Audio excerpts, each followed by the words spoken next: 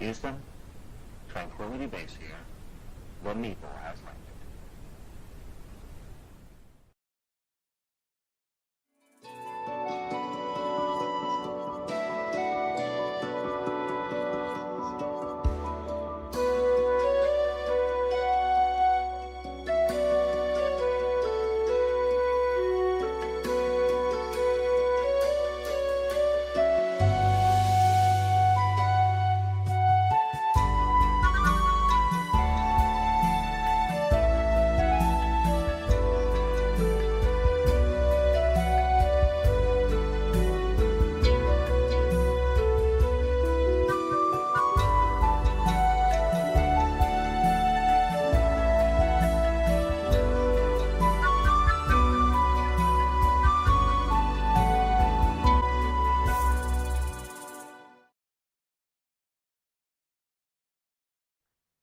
Good evening, everyone, and welcome to the Vitruvian Meeple's production of Echoes of the Undying. I almost went straight into the powers that be. Man, it's been. Hi, my name is Trevor, the Vitruvian Meeple. I'm here as always with Matt, Julie, Ray, Patrick, and ECAT. We're gonna play some CYPHER system. We're gonna go with Echoes of the Undying. This is episode 9, which we'll see what title occurs to us. If you can hear that noise in the background, that's my dog losing her mind. Sorry about that. But last time on Echoes of the Undying, we picked up at the Temple of Arashki, where runes and symbols of Ishun had been scrawled across the walls. The group pieced together that they were runes for a containment ritual, but also included an ancient celestial pictogram that could be used as an escape route. Zahar attempted to banish the hidden door that accompanied the rune, but instead, grotesque, oily black tentacles attempted to grab her and pull her in. Each member of the party saw this in a different way, except for Howard, who saw nothing. After Zahar fought off the entity through force of will, Seraphina, with assistance from Howard, performed a cleansing ritual that eliminated all of the runes except for that escape key rune, which burned bright white. As Seraphina fainted from exhaustion, she heard a male and female voice singing a lullaby in Celestial. As the rest of the party recovered, Zahar sought out Taisir, a speaker of the flame, for her assistance in further cleansing. Continuing to examine the key room with Taisir, it retained a bit of power and served as a gate that was being held open by some kind of linchpin. Takeedle built a small scanner clockwork and sent it to scan inside the gate, and heard conversations in Gnomish, as if from a marketplace, and in fact one voice came through more clearly, announcing the best selection on all of Virkbar. At that point, Takeedle's senses were confronted in the gate by an elderly Gnomish woman who was very intrigued by his presence. "One down, 4 to go," she said, as she was enveloped by the same black shadow he had seen at the entrance to the temple. The party debated whether or not to try to close the gate, as Taisir reminded Zahar that if she were to tap into the connection between Arashki and Ishun, she might be able to reopen the gate. They returned to the inn and got stinking drunk on arak, a traditional liquor of Saga. While Sagar aggressively flirted with Amzu, Takeedle started drunkenly rambling, and Howard, who is particularly cognizant of such things, realized that someone was listening. Zell talked Takeedle out of the room, but by the time that situation was diffused, the person had disappeared. After getting everyone else to bed, Zell slipped out and recovered Takeedle's belongings from the workplace where he had left them, and returned to find Takeedle and Howard curled up in the bed, fast asleep. If anyone has any recovery rolls from this day that you have not yet used, you may feel free to use them. Because it is finally, blissfully, your second day in Kash. And you know what that means. Time to get paid. Time to get the money! So, I think Zell, as the only one who was not pretty well sloshed last night, I think you were the first person to awaken.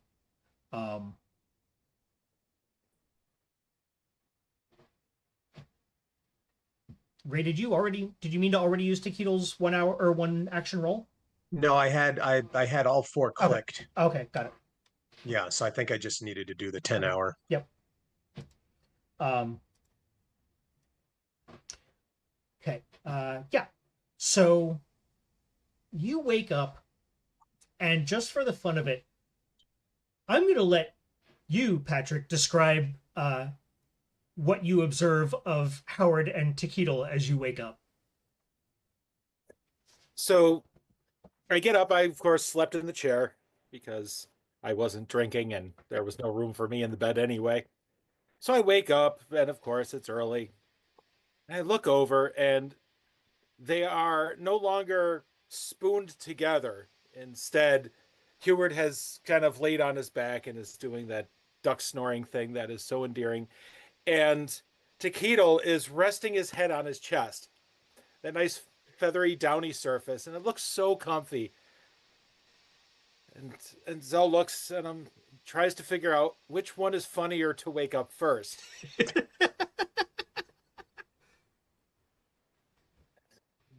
Hmm. All right, I know what I'm just going to go about my business in a louder than usual manner, just because if either of them has a hangover, that too will also be, fun to watch. Um. So yeah, Takeedle and Howard, please both make me no difficulty might defense rolls, Oh my god, dude. and we'll just see who does better and what that says. Takeedle beats a 2, Howard beats an 8, beats a 5, which means Takeedle, you are the first to awaken. Now, please, because now we're gonna actually do this. Please make me a might defense roll difficulty 4.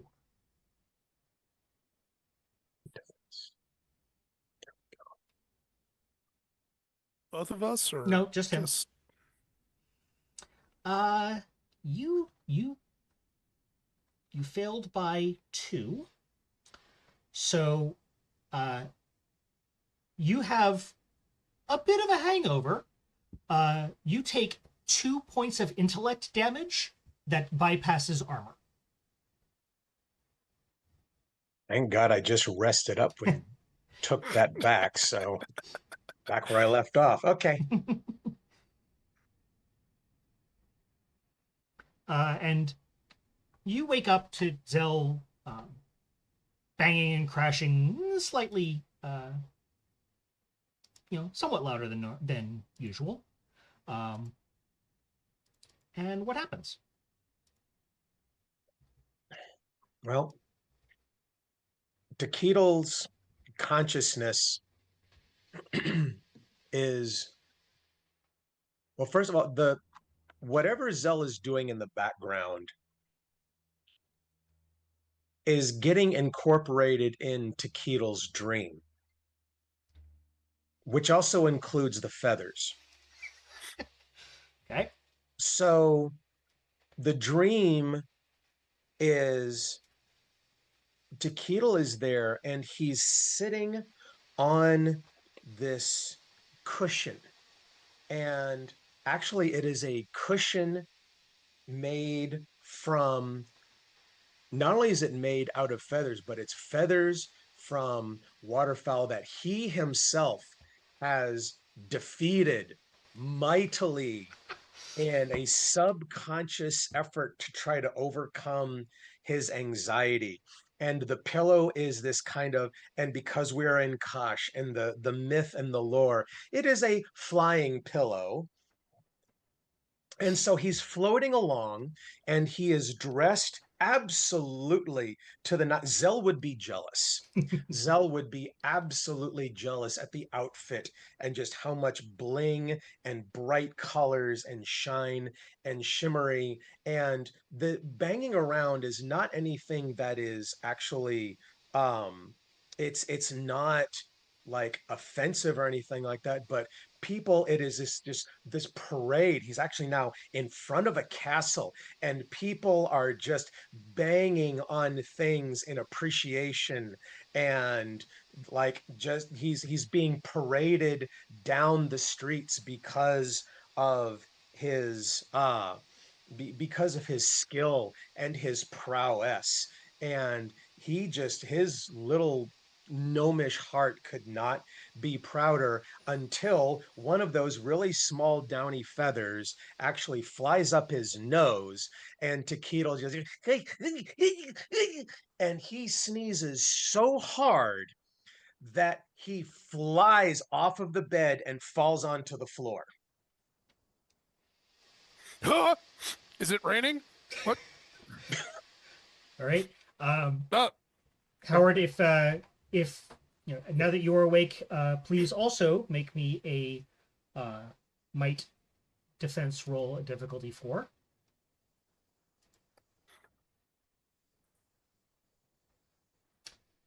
Amazingly, you have no hangover. wait. Why is it sticky? Duh. Yeah. So yeah, Howard, you awaken. The feathers on your stomach seem unusually matted down. Not quite sure why, but yeah, Takeedle has just sneezed himself awake. Zell is banging around the room. What did the three of you do?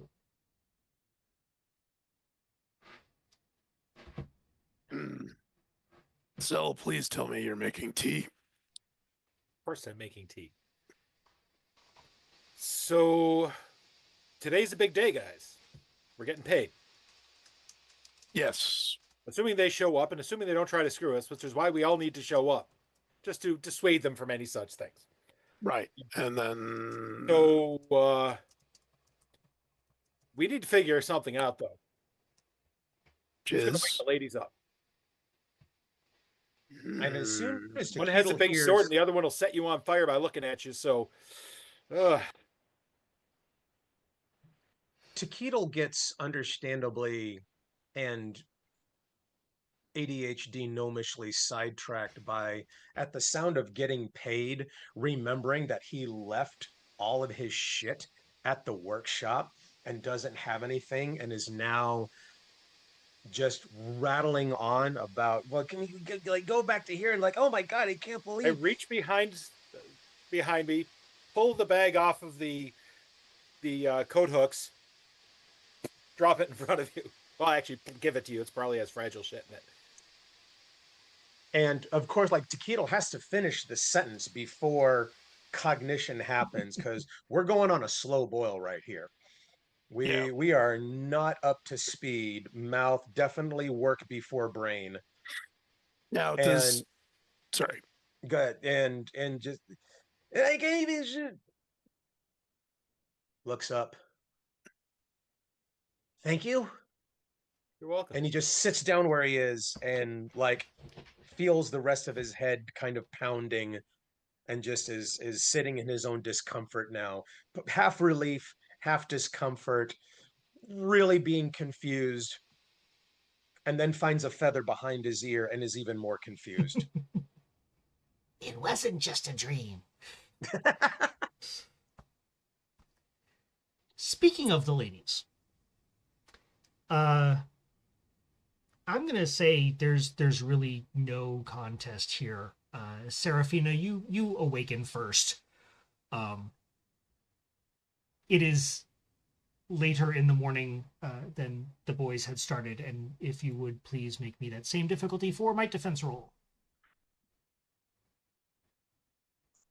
Well, I don't have any sort of defense, so Then it's yeah. just a straight up my roll. Okay, might roll, but nope. Okay. You take 1 point of intellect damage. Okay.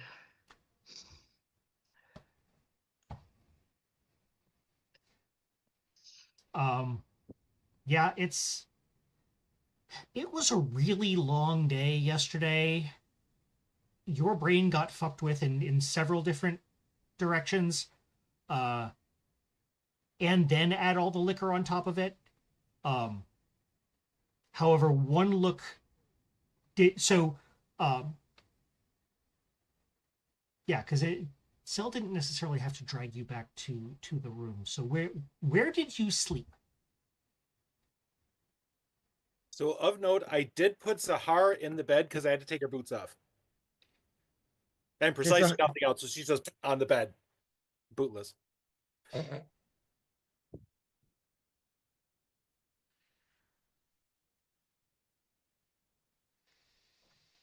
If there was a a chair with some sort of footstool, I just crashed out there.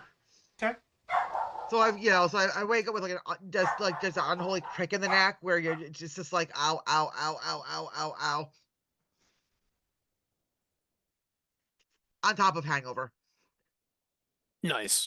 Does the innkeeper serve calf here, or do you have to go out for it? You don't know.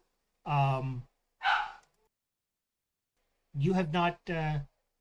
You haven't really had that much of discussion with the manager of this establishment. All of your consumption of various things has happened over at the Lone Oasis. Right. Sorry to interrupt there. That's right. Are you going to go and explore? Yeah, but Okay. before that, I'm going to ask Zell if he's got a fan. Look at him. Oh, I'm thinking, because the thing I want to say is, bro, you got a pair of wings. But I reach into my belt and just pull my fan out. That? Yep. I go back to brushing my hair. Safe way of waking up the ladies. So on that, Serafina, you're not doing great, but one glance in the bed reassures you that you are still doing far better than Zahar is, or even more so, is going to be.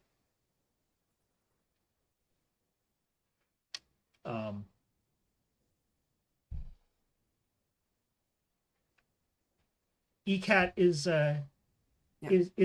Zahar doing anything? How is Zahar sleeping right now? She has not moved an inch, a muscle from however Zell planted her in the bed. Okay. Her head may be her hijab might be a little skewed, but otherwise she has just not moved. Okay. So Serafina, you do see as you look over Zahar, you see that yes, her hijab has shifted a little bit. You can see a little bit more of her face, and you can see that there are just rivers of dried tears just going out of the sides of both eyes, like smudging through the sand and the detritus from the previous day.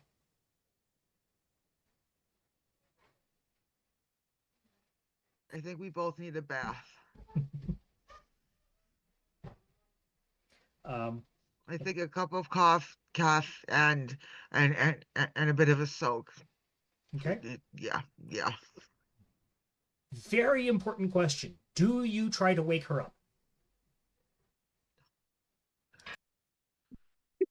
I am not that stupid.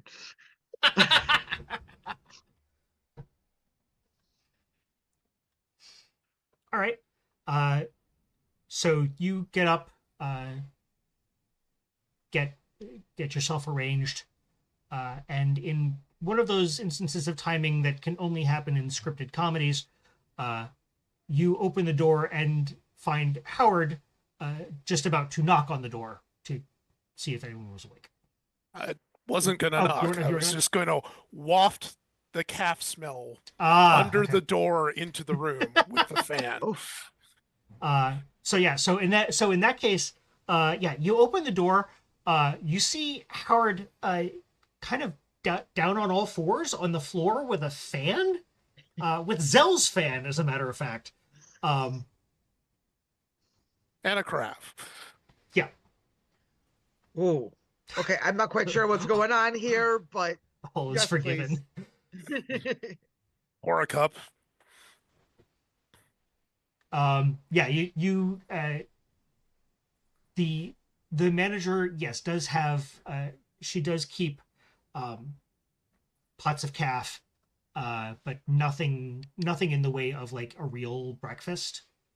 Not even continental. This is literally just calf. I'm That's- pretty sure 80% of the party right now isn't going to do solid food. So Yeah. Okay, Howard. Okay, because we're not in a life-threatening combat, oh my God, you need to wake up situation. What's the safest way to wake up Zahar? Because I'm kind of afraid. watch. It takes the rest of the pot over, bends down to the bed, and just starts wafting the smell of calf. You see this huge inhale. And she cracks an eye.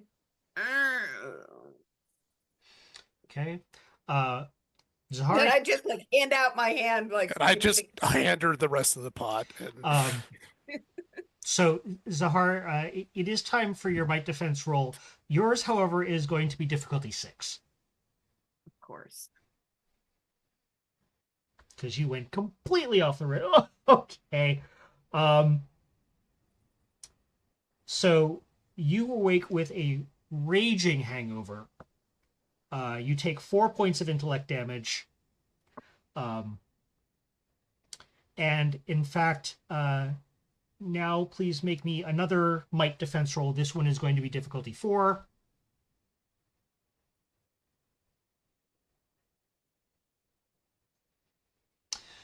You manage not to heave into the pail that is next to you. I slowly sit up, wait for the world to stop spinning for a minute, and just sit there and inhale the calf. I don't sip it. I'm inhaling the caffeine versus imbibing the caffeine.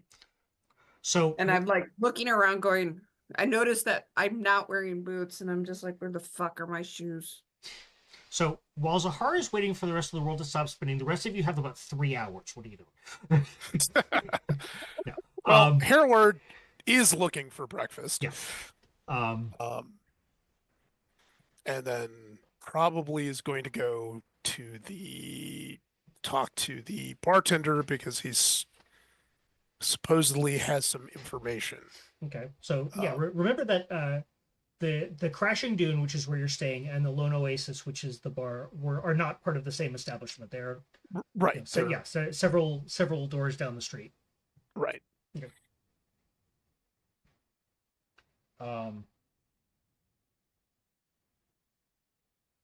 So you're just taking off and heading over to the Oasis. Well, I'm going to ask people if they want breakfast first, and then Breakfast sounds delightful. I hear they have wonderful pastries out in this city. I really want to give those a whirl. if my memory serves, they do. Yes. Okay. As long as you're not allergic to pistachios. Everything here has pistachios. I eventually find my shoes because I'm assuming Zell neatly just put them tucked like neatly next to the bed. Under the edge of the bed. Yeah.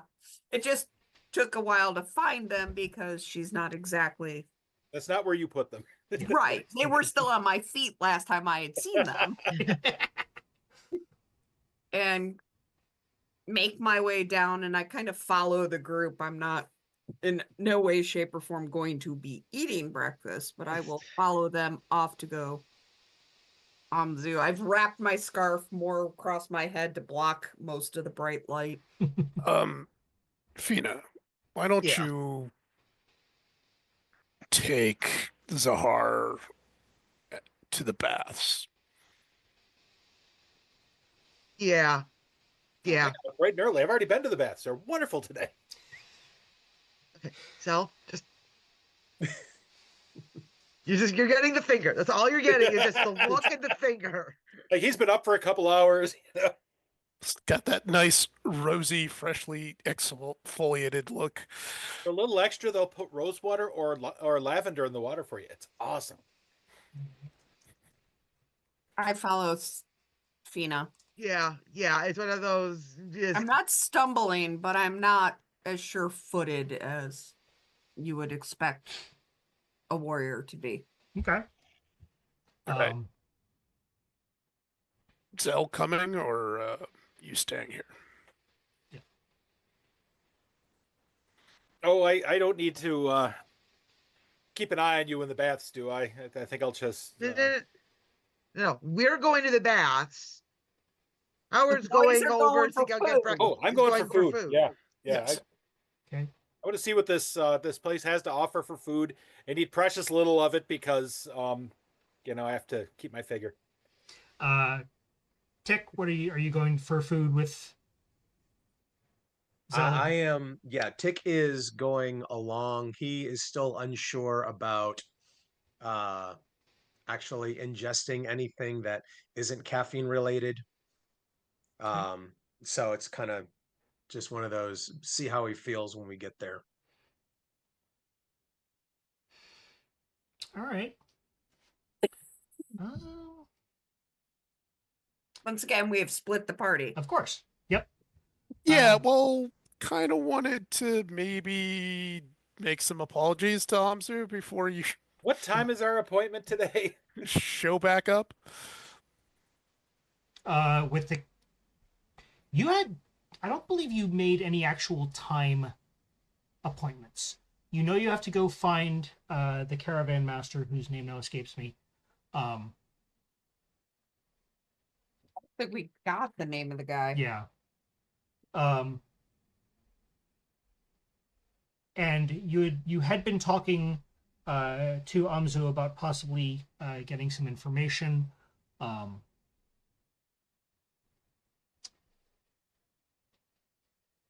So who is the first one to go into the Lone Oasis? I think that would be me. Okay. GM intrusion. Okay.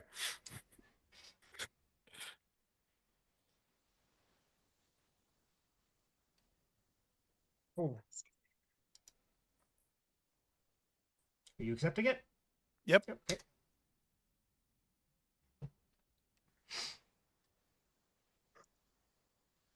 You walk in.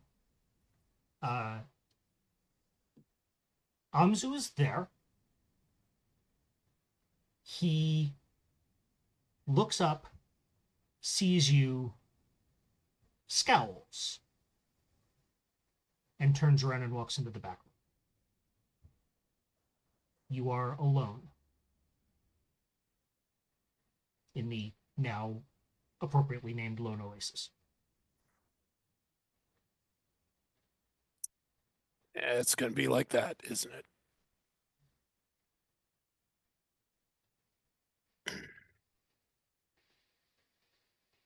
All right. Well, go settle up to the bar and wait. Okay. Zell, Tequila, you walk in as well, I assume? Yep. Yep. The place is empty except for Howard. There is no one currently behind the bar.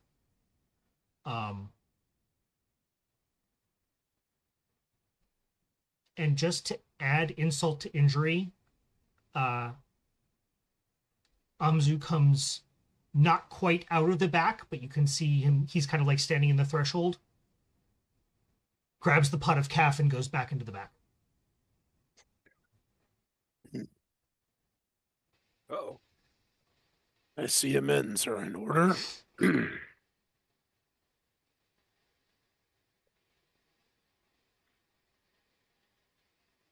Ready, man? Do you want to? I think I'm just going to make it worse.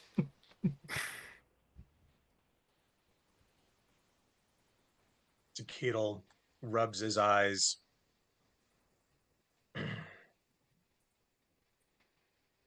Stretches. Still only gets up to about Zell's nipples, but Yeah. Yeah, barely.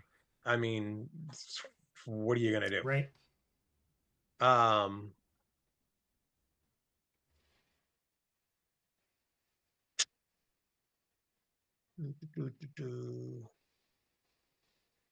and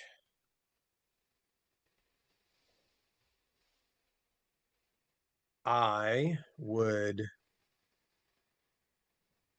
like to try to bargain with our dear innkeeper in order to get back in his good graces. You want to bargain with him. Yep. All right. Well, you are going to have to get him to acknowledge your presence in any kind of positive light before you can even get there. What are you going to do? Because he's currently not there.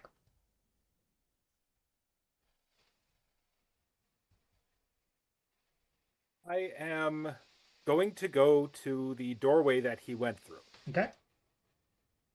And very politely, very kindly, very pleasant social interactionly say, "Hey, can we talk?"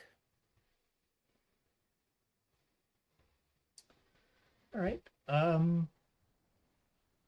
Since all you're doing at this point is just trying to breach conversation, the pleasant social interactions will come into play. None of the other ones will, and you are making me a difficulty 6 roll. Right.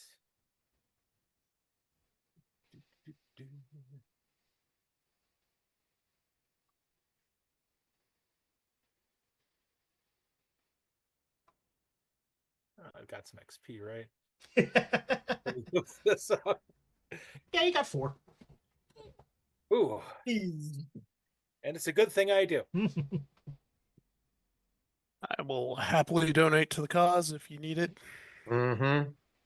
I am good for the moment. Yeah, so just click that reroll button. That's right. Reroll. There you go. It only cost you 1 XP. That's better than I was envisioning. So what? So your initial attempt, he very deliberately ignores you. He is ignoring you so hard it hurts. What do you say that is the manifestation of that XP that finally gets him to talk? So, was it something I did, or was it something one of my friends did?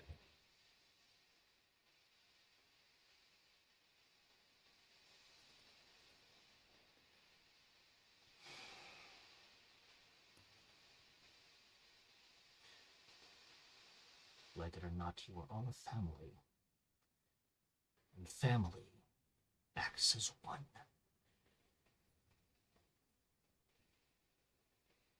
So, what did we do? I'm sorry, because I'm not very familiar with things here. I'm from very, very far away. We insulted his hospitality.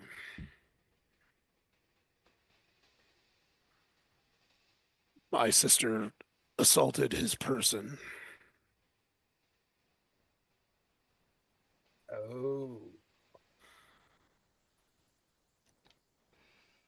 I see, but I'm not good with words.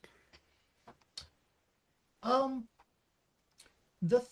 three of you, any of the three of you who want to make me some kind of roll to sense motive or similar things, the difficulty is going to be 5.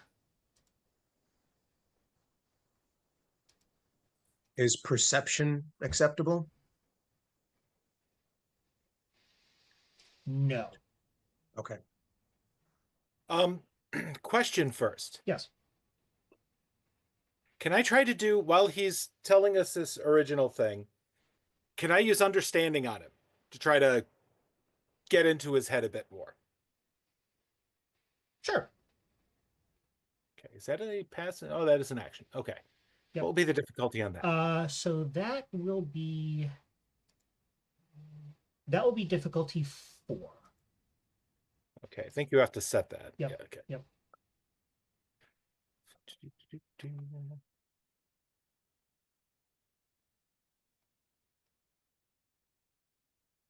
Okay.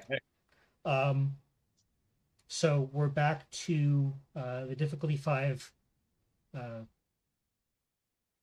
Okay, in which case, I'll roll sense motive because I have that. Yep, and take an asset from understanding. All right. The asset of 1. And I don't need my rests all that often, so I might as well burn through some of my intellect points. Oh, there we go. Good thing. Ooh.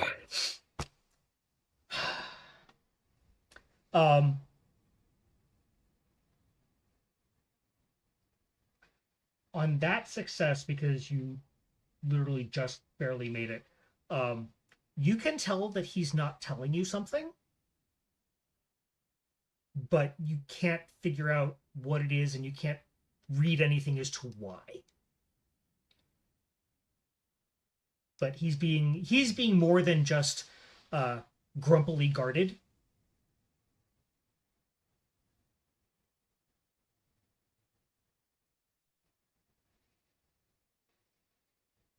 I kind of lean forward a bit, trying to, show some interest.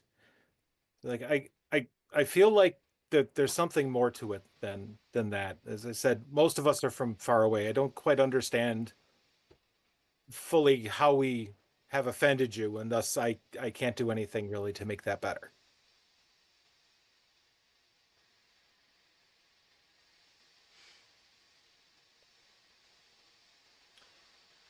All right. The three of you again can make me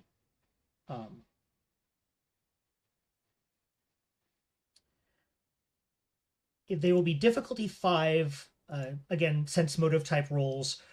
Zell, you can take an asset on this one, but if Teedle and Howard want to roll, it's against a 5.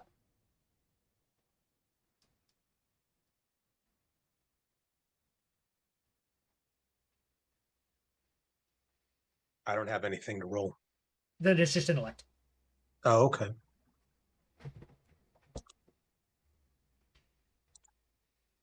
Yeah. Yeah. The nice thing about CYPHER is, one of the nice things about CYPHER is, it is literally, you can certainly try. So Zell and Howard.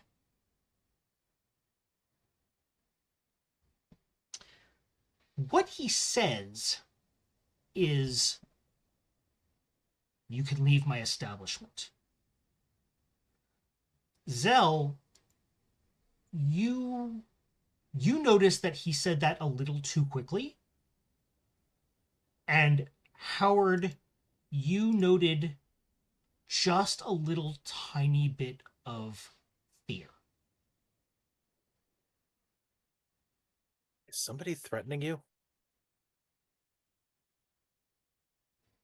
So Zell, Zell, you did not get the feeling of the fear. I just want to make sure. Yeah, no, that was just Howard.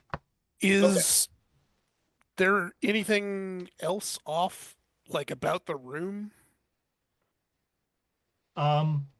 Something out of place? Some foreign thug's garlic breath? No, nothing that you can discern. Nick is looking for anything that he can fix.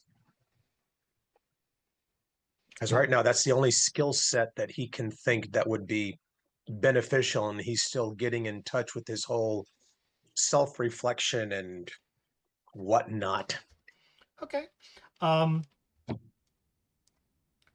Make me a perception roll, difficulty 4. I know we caused offense, Woo. but I don't know why you would fear us.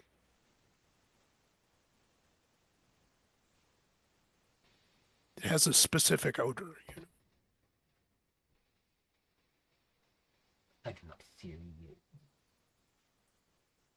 you. The men from before, did they return? So as that question is asked, Tequila, you actually see that there are behind the bar, there are several tools and supplies that you would normally assume would be behind a bar. Several of them are missing, and a couple of them metal ones that have been wildly bent out of shape. Well, Tick just scurries his groggy little self over there. So we're doing kind of a split screen thing right now.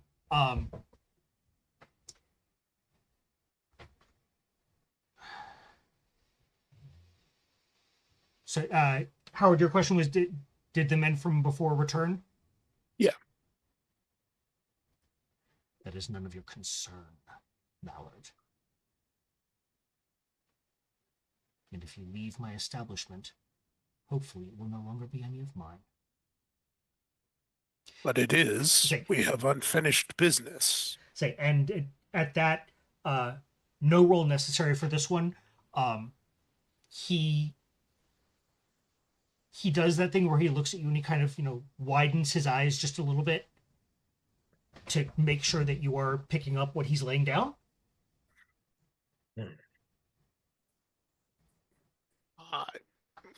Because Matt is obtuse sometimes, they're here, aren't they?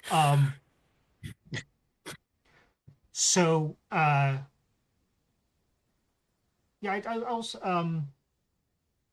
I'll give this one to Howard because you need some things to go right here.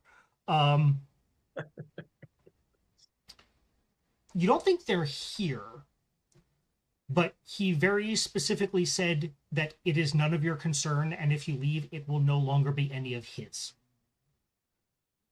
That was a really good way to tell you that, yes, they were back, or someone in that capacity was back. His reaction leads you to believe that it is probably related to some of the shady people that you have seen over the past day. Tequila, you are behind the bar. You are looking at some, well, at first they look like corkscrews until you come closer and realize that they were spoons. They're now the world's bluntest corkscrews.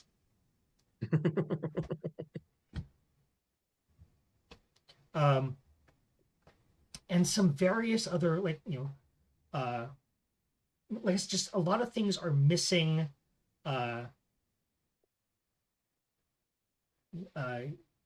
You see, actually, you actually see something that it would be impressive if it weren't so disturbing, which is someone has taken like a number of they would be, I guess, bone stirrers, somehow connected them into one long one and twisted it into the shape of a noose. Oh. Well, that's unsettling.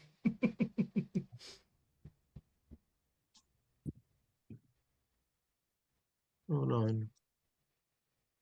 And very quietly look at him. Thank you. And then turn and start walking out. Okay.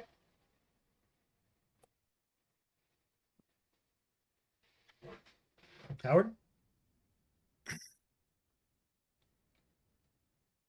We have unfinished business. I paid for something.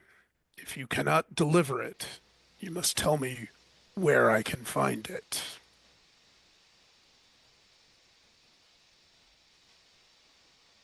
And then both of our problems will be solved, and you will be shut of us.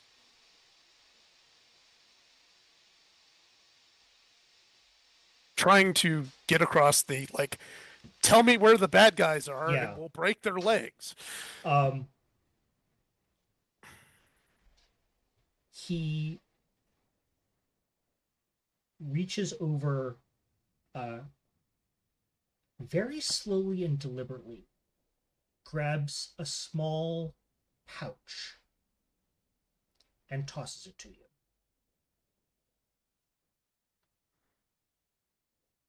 My thanks. Good day, then. Half man, we're leaving. Come. Hold on, I'm almost done. With As what? he is just a little bit of tidying up. And you, specifically, Hereward, you are concerned because you hear the air quotes around tidying up. And what Takeedle has been doing is not just returning the tools and everything into their previously unmangled condition, but has been fashioning them into some of them halfway serviceable weapons to be used in Amzu's defense. Okay. So what we're gonna do, I'm gonna make a note of that, and I'm not gonna have you roll for it now. I'm gonna have you roll for it if and when it comes into play. Mm-hmm.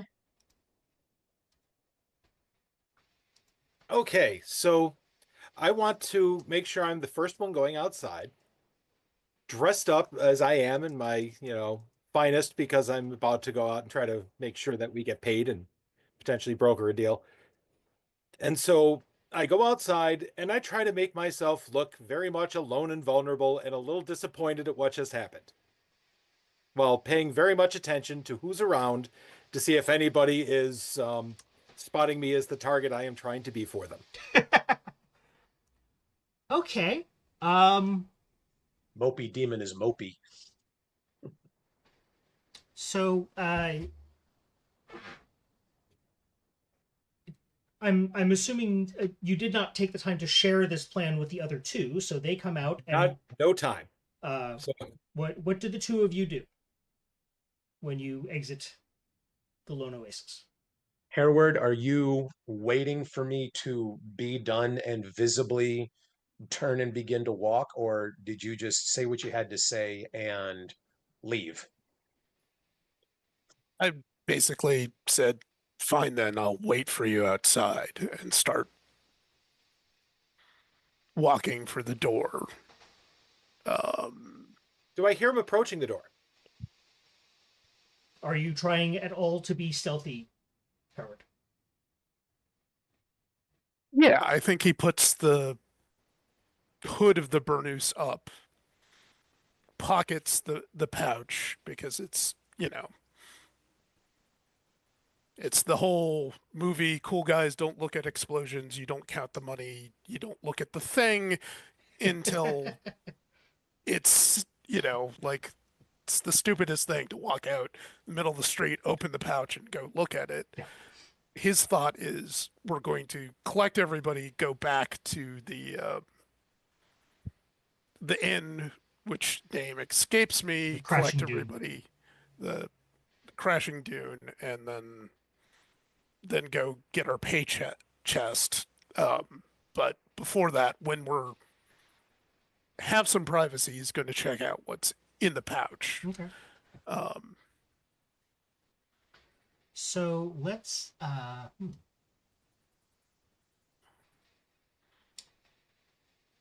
make me. Let's see. We'll make it pretty easy. Make me again some kind of sense motive, intuition, some kind of roll like that. We're only going to make this difficulty 2. okay.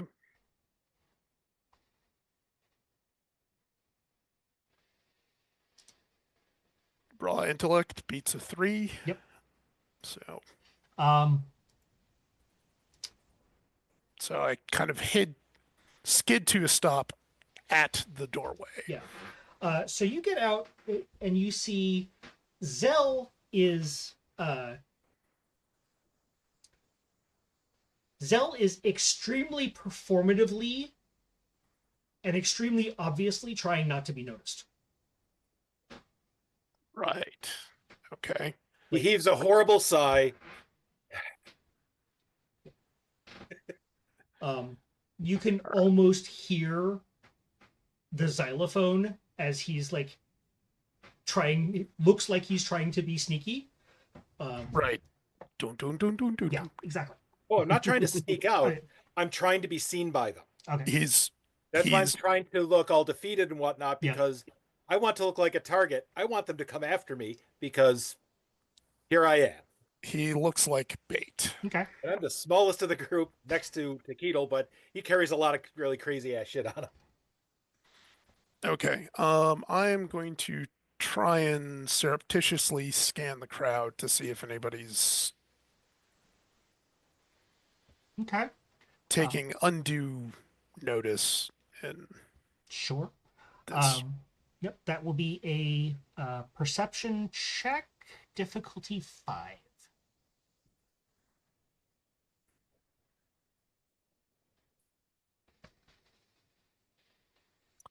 Okay, this is what we have XP for, right? There you go. There we go.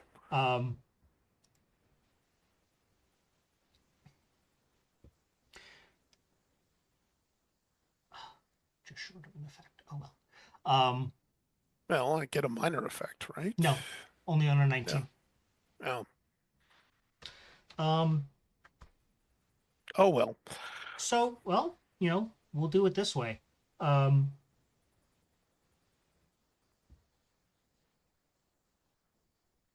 As Hereward, yes, notices that there are eyes in the crowd that are taking note. Howard does not recognize them. Matt, I will say, above the table, I will give you more information for an XP. Okay. Fair enough.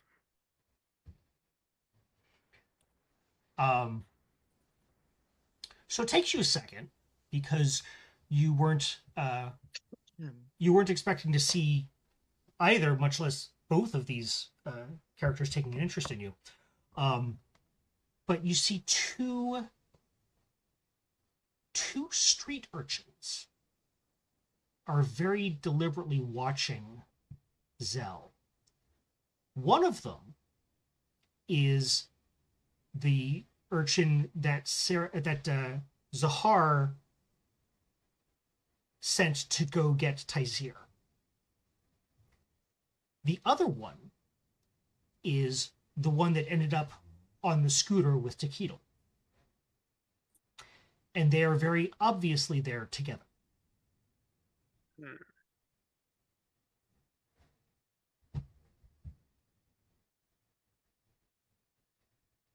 All right. So their eyes are on Zell right now.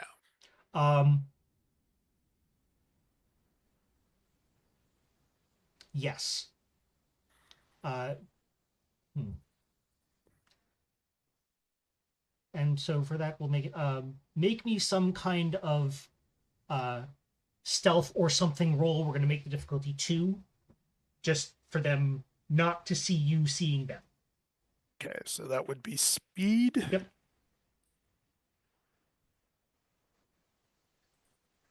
Good. Okay. Yep. Yeah, their attention is very firmly on Zell. Okay,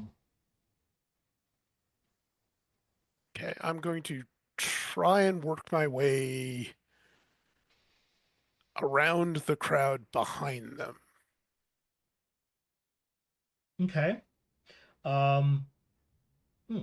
So we're gonna make this another stealth roll. So again, speed. This one's gonna be a little bit more difficult. This is a difficulty 3. Okay.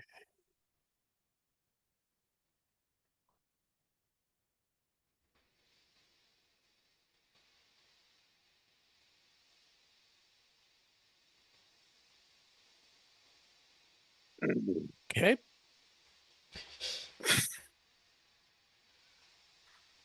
Okay, sure.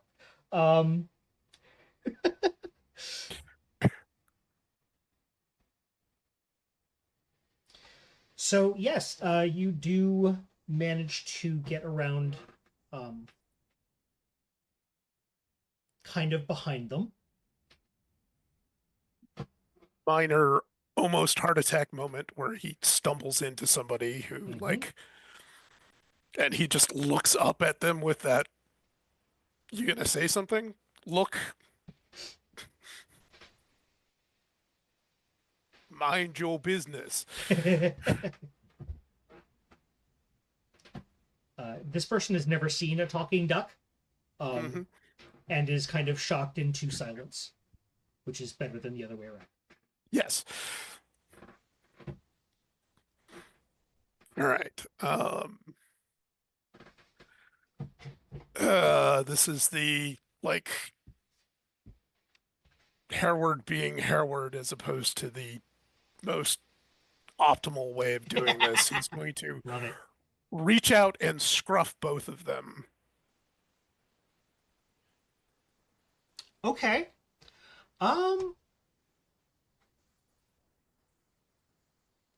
Sure. Make me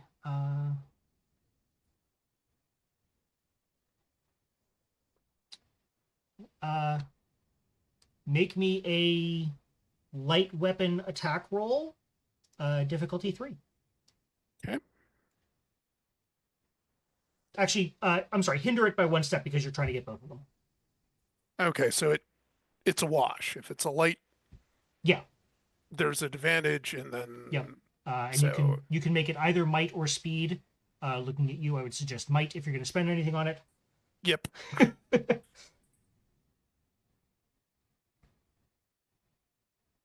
No, that's not effort. That's an asset.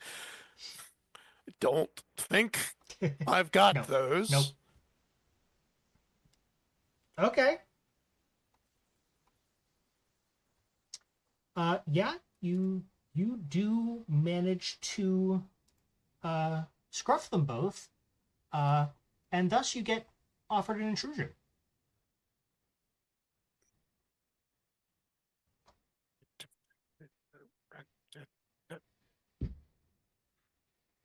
Mm. I mean, you can pay an XP to refuse it. I can, but Where's the fun in that? where's the fun in that?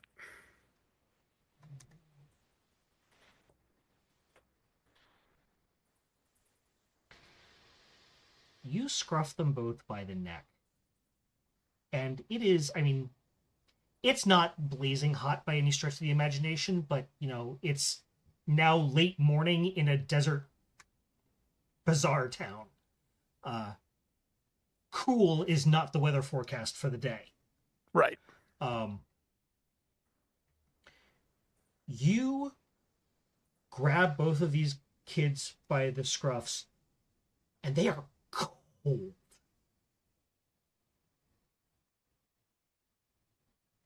And they turn around to look at you in perfect synchronicity.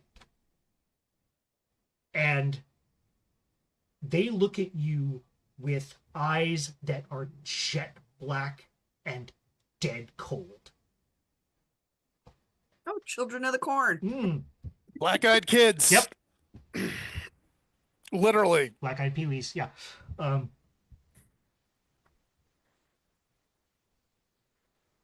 And they make me an intellect defense check.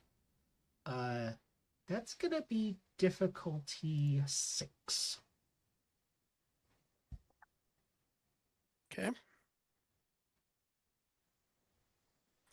Luckily, I'm trained in that. And yeah, I will.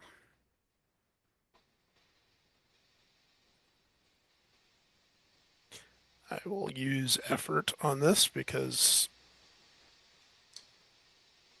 Good thing. Very Yep. nice.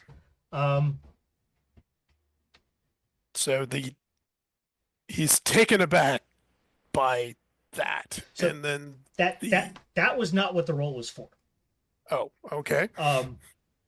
The roll was they both fix you with their gaze, and you feel this chill down to your very core, like past your heart, past your body, into your soul. And you feel them trying to pull it out of your body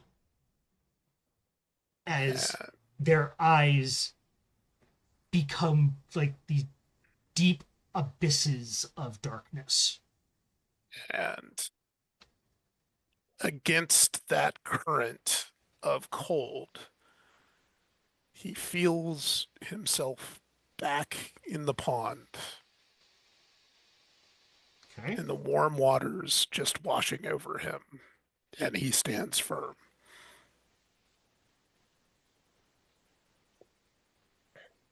Okay. They, when they see that this attack is not going to work, they don't wriggle out of your grasp by any means. That would imply that there was some kind of movement and some kind of contest to this. They are simply all of a sudden you are not holding them anymore. Your hands are still there. They're still clenched. You have not moved. Your grip has not loosened. They are no longer being held by you. And they split.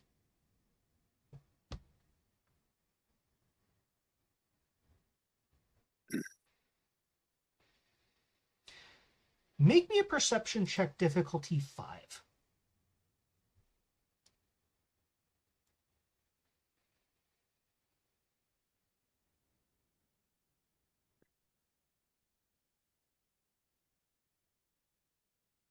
Do I get my tracking,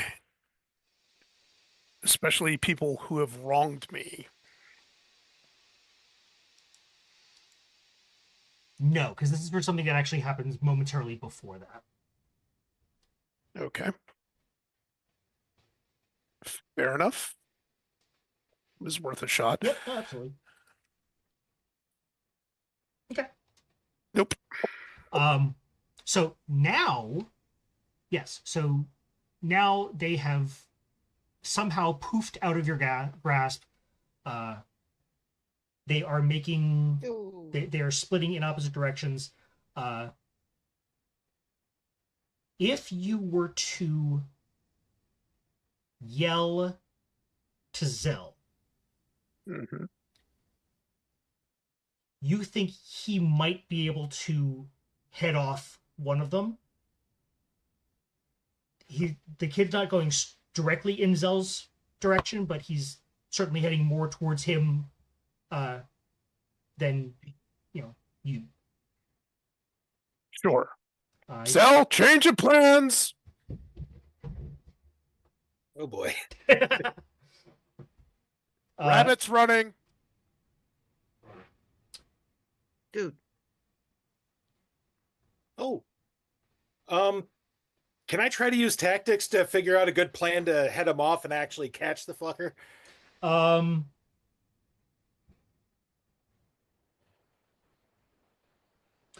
going to say no, because you are taken very much by surprise by this turn of events. Eric, You were very much kind of concentrating on how you were projecting yourself to the crowd.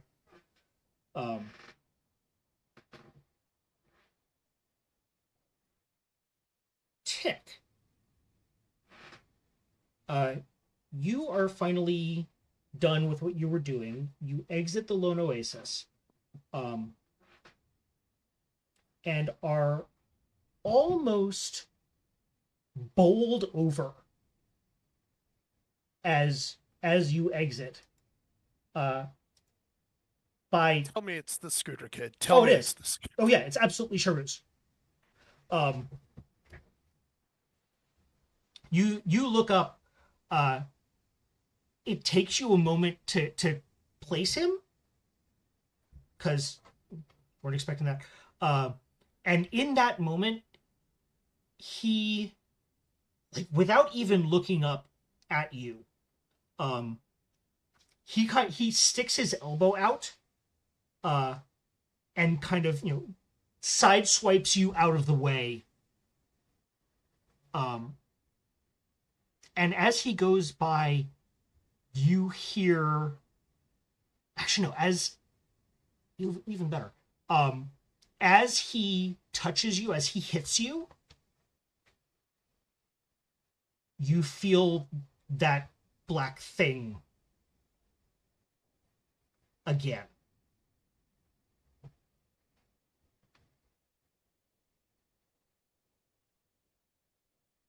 Tick recoils disgustedly. Good.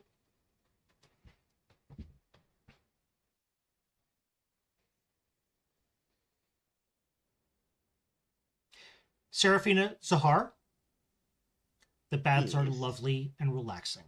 This is exactly what you need. Back to the other three. Other three? He needed this.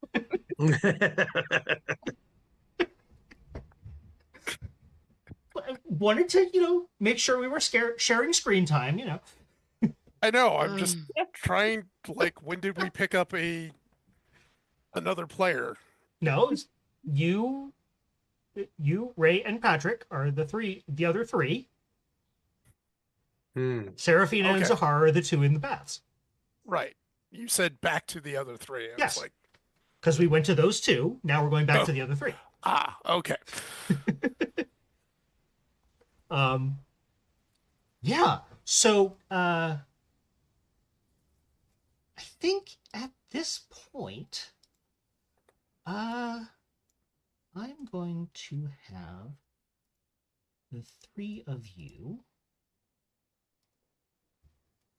roll initiative. Dun dun dun. Stop, drop, and roll. Uh-oh. Where the heck's initiative at this? It should be up under your combat skills. Oh, it is totally not. Okay. Then it's a speed roll. The difficulty for this is going to be 4.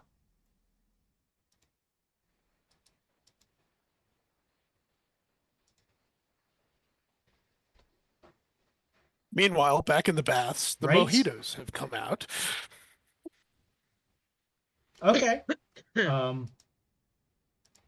So let's... Okay, so Tequila. Yep.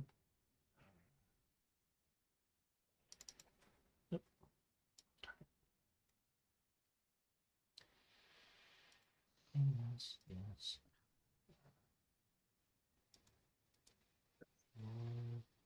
That is the most ominous sound when you kick on the kick combat Right. trigger. You were Haven't heard that sound in a while. right. Tequila. Been a minute. Nope.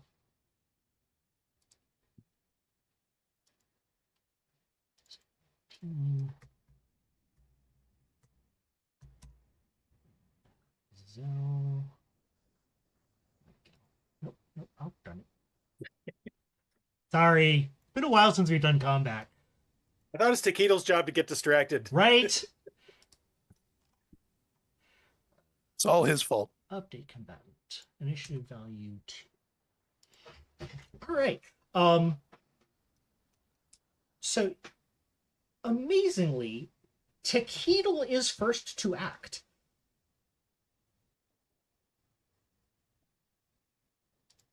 Well, given that I had just spent the better part of 20 minutes in my element Mm-hmm. and then got spooked by Squidgy again, unexplainably, by the kid that I actually tried to frickin' help. Yeah.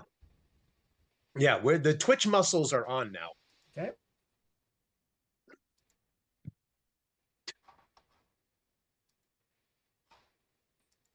All right. What am I doing?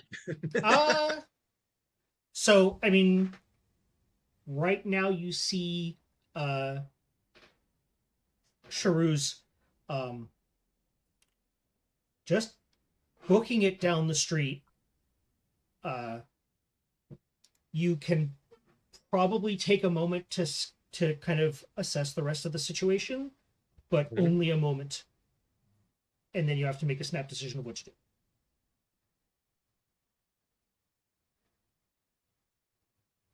Hold on, let me see. I have a sling. Okay. I get it out. And I grab the first thing that I know will work, Okay. which in this case is a gold coin, because I have my pouch with me. So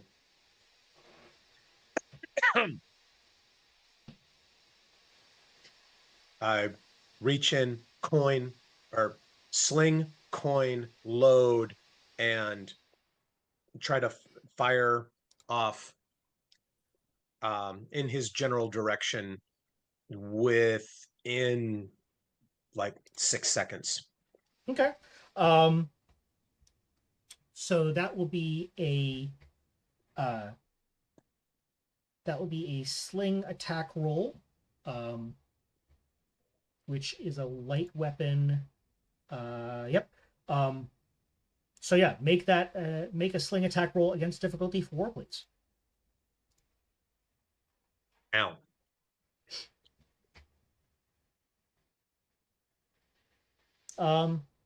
Yeah, you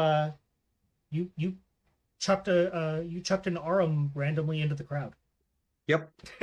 Sure did. Yep. Go long. Not long enough. So it is in fact now their turn, and they do in fact go long. They are making a dash for it. Howard and Tequila, make me perception checks difficulty 4, please.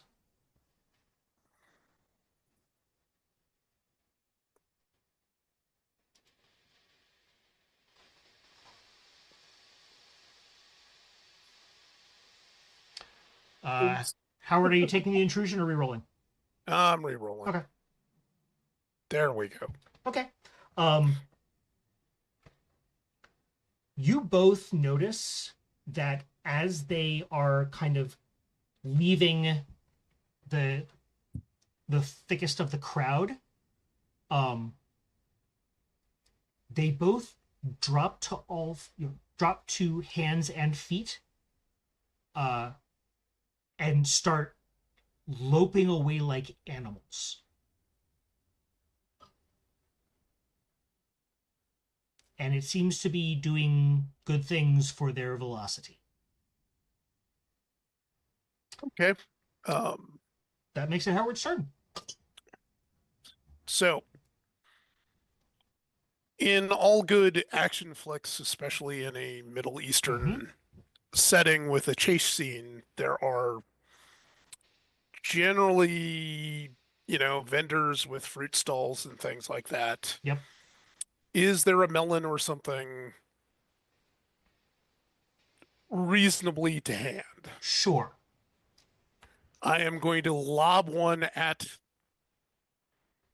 the retreating form of this kid. Okay. Yeah, make me a make me a light weapon attack roll, difficulty 3.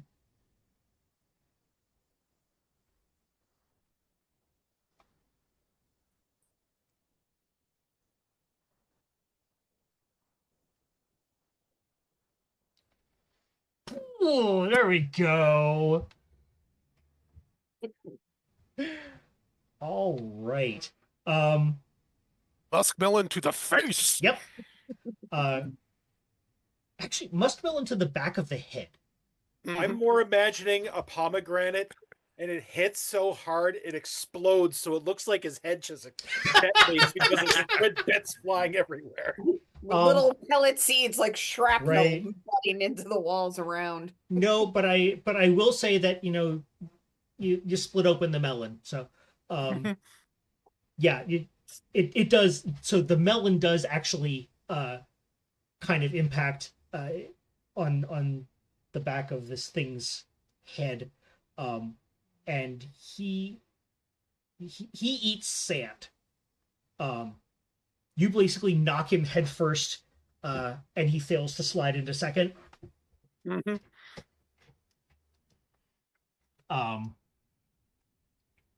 That was your action. Zell. Well,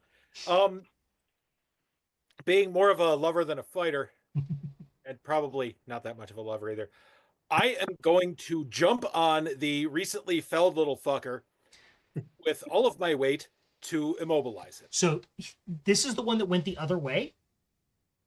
It is currently at a long distance from you. Okay, so I'm not going to get to him this round. Correct. Right, I'm going to try to tackle the other one. Okay. So that one is still a short distance from you. So you if you want to try to close the distance and try to tackle him, that will be a speed check, difficulty 4. Speed check, difficulty 4. Let's do it. And why not?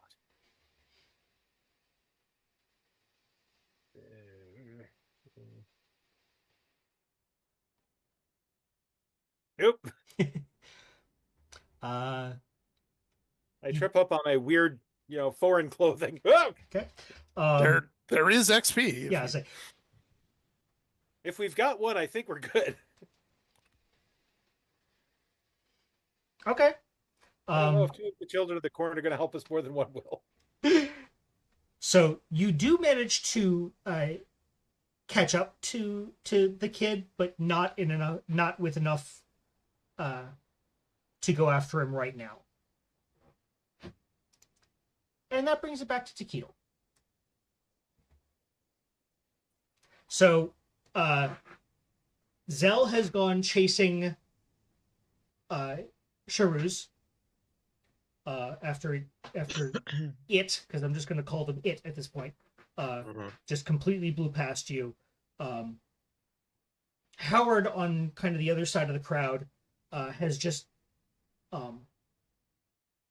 You're not quite sure what happened, but you heard a vocalization that sounded like Howard throwing something, and then a faraway little bit of a squelch that you're not quite sure what happened, and then you hear the sound of what sounds like something sliding into sand.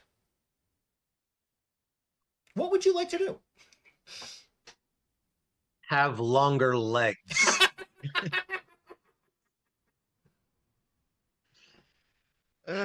Fair. You chose to be a gnome. That's all I'm going to say. Hey, That gnome sounds like life victim chose blaming me. to me. Sorry, what'd you say, John? All right. That sounds like victim blaming to me.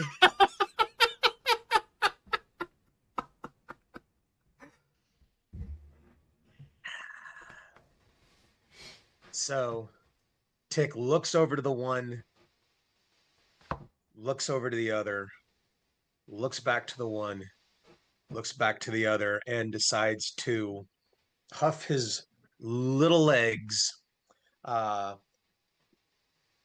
towards the one that just ate sand. Okay, that's the one on the other side. It's going to be. Is that the closer one No, or the it's farther? the further away one. Oh, okay. Well, it takes 2 steps towards that. Is like, no. Turns and goes towards the one that Zell's Okay. going after. Do you want to try to hustle to catch up and try to tackle him?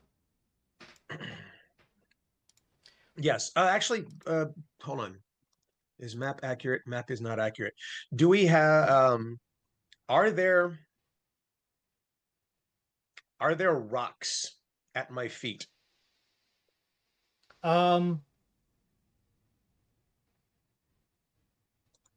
Yes, but nothing really much bigger than a pebble. It's not the size of a sling bullet.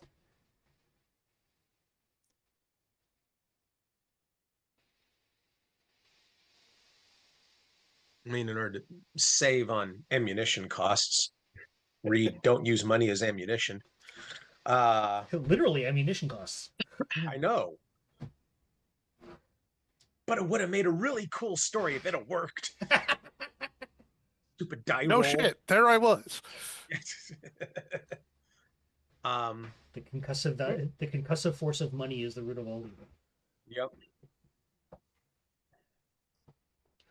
So I will say, I'm going to pick up like 3 or 4 of these little pebbles. Okay. And try to sling them over in the other direction. Towards Zell, the one that Zell's after. Zell's chasing the same one, the one closer to you, Sharuz.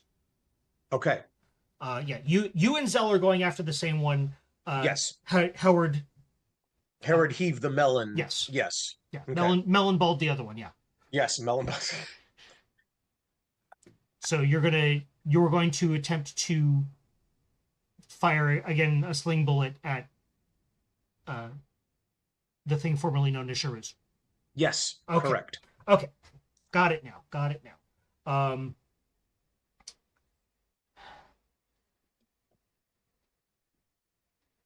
Yeah, make me a difficulty 3 sling attack. Okay. I'm going to put in a level of effort because now he's trying. And it's like again, was like, I already lost money on that one. Right. I'll take it. Okay.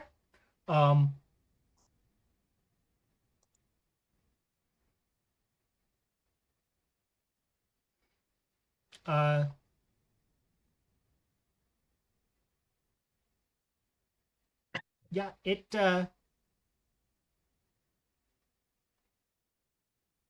you can see that it hits it. But does it do anything? If so, you cannot discern that from this distance. Mm-hmm. I mean, it is possible because you can't see, it's running away from you. It's possible that you may go, ow, as it was running. But like you certainly didn't knock it over or hamstring it or anything. Okay.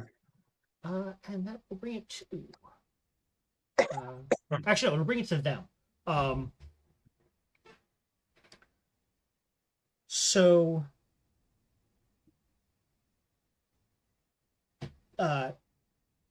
Charuz actually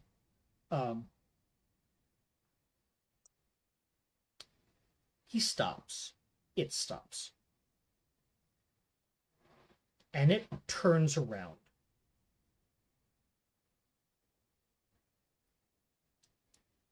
And it starts charging at you. So whatever you did, whether or not you did any damage, Tick, you certainly got his attention. And this motherfucker is fast. And we're going to make...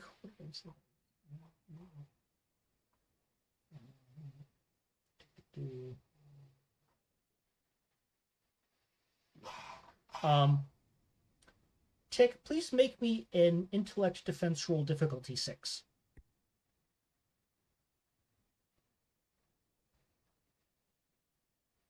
Nice. Yeah, as this thing comes scuttling up to you, you see the same deep black eyes that Howard saw, kind of, mist and smoke and kind of an aura around them, and you feel that darkness trying to pull your soul out of your body. It feels very uncomfortably familiar.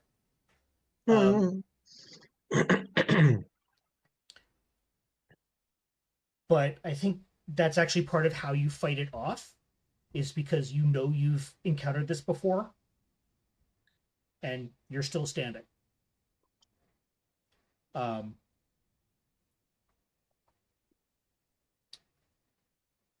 And do you have anything in particular you would like for your minor effect?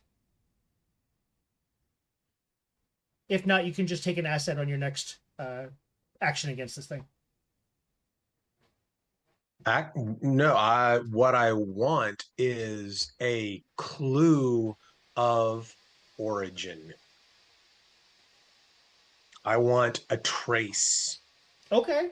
Yes, I feel this, but I also felt Squidgy, and then with the voice through the tunnel, Yes. the portal thingy.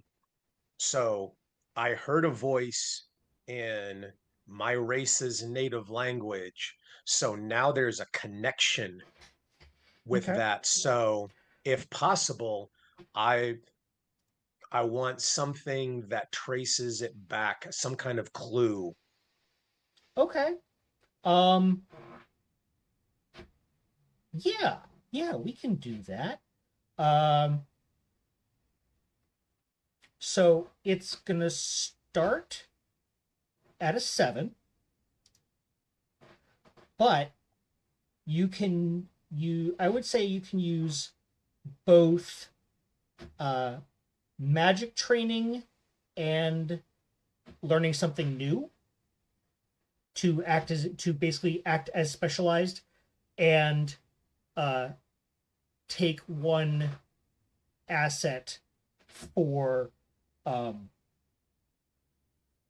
the familiarity of it. Okay, so I do make this as a magic training roll? Yeah, and then change it from, in the roll dialogue, change it from trained Yes. to specialized. Understood.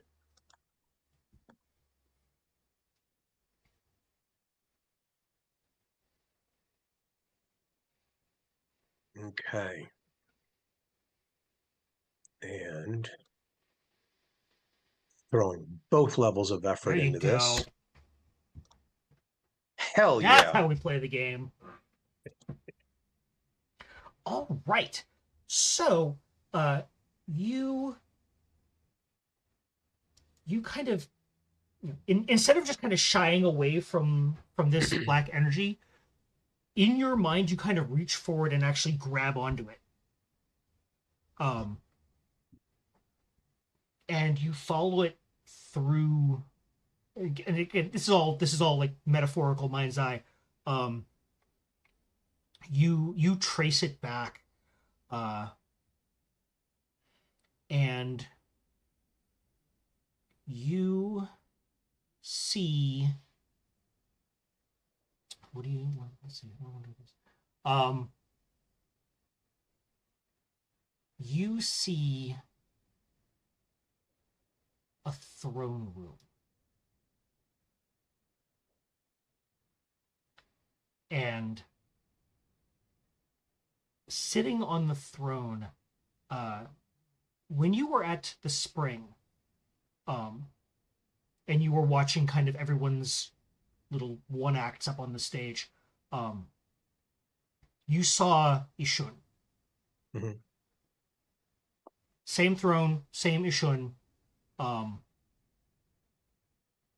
You see a series of figures kneeling before him.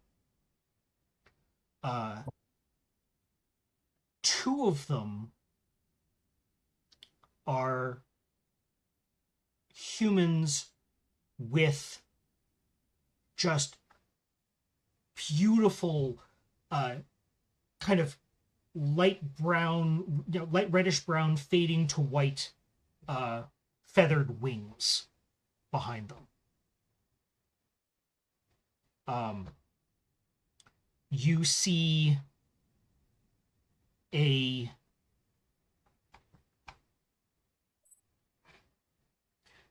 man you do not recognize, but he is the. I'll get to him in a second. You see that same gnomish elderly woman, and you see that she, while she is kneeling, she has someone else, another gnome, by kind of the back of the collar, and she is forcing him to kneel beside her.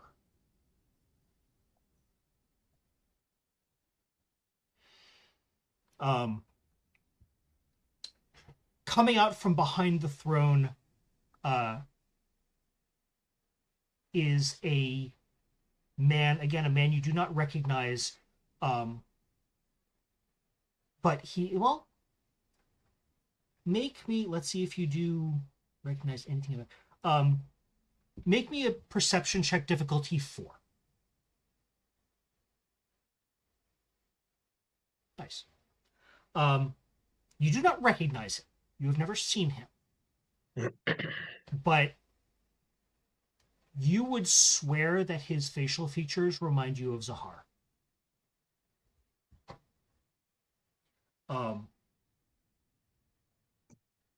This man comes out from, and just kind of, stands next to and behind the throne of Ishun.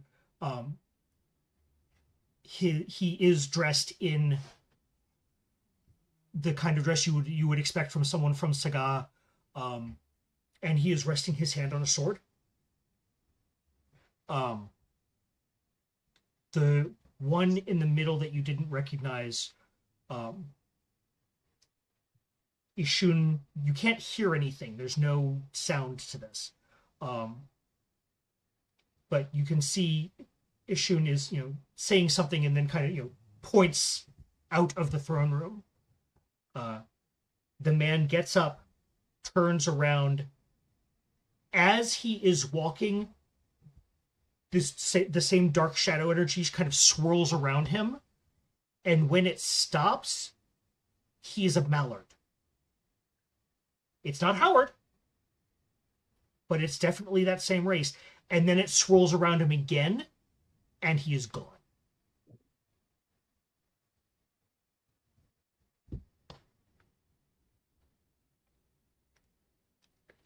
At that point,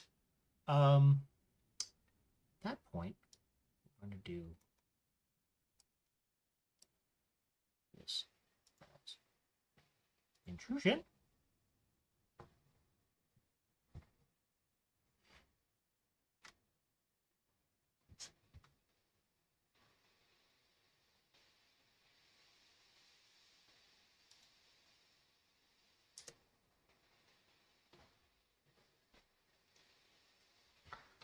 At this point, the woman, the gnomish sorceress, kind of she, and again, you're these people are all facing away from you, but she kind of cocks her head up like she's listening to something, turns around and locks eyes with you, and you can hear kind of like that the voice effect where like the voice starts out as an echo and then kind of coalesces. Oh yeah. Yeah. You again? You are not welcome here.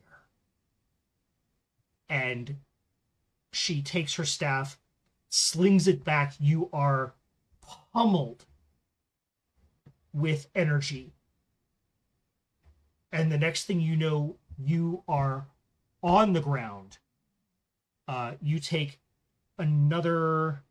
we'll make this a roll, actually, just because...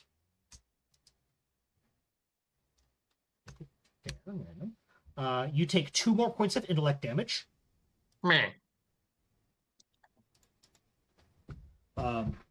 Thank you. Yep. And you are on the ground. Zell.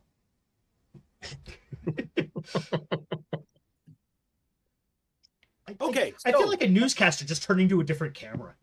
So that little rascal, I assume, had to run close to me to zip back in the other direction and to go after him. So I'm going to try to tackle him as he goes by. Again. Okay.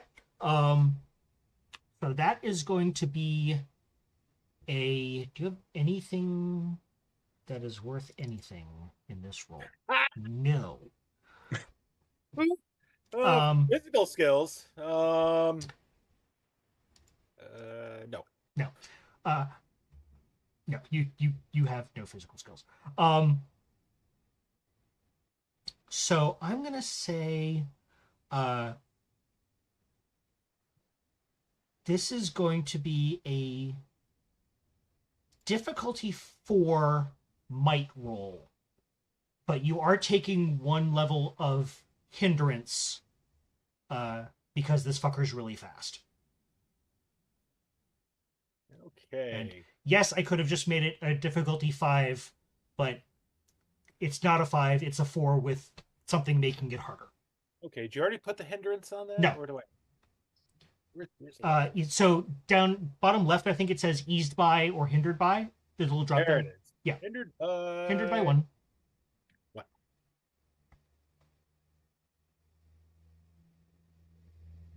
That's not even a bad roll. No, it's But not. But not good enough.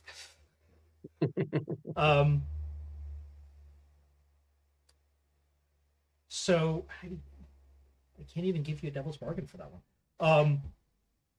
XP. Wait, no. XP.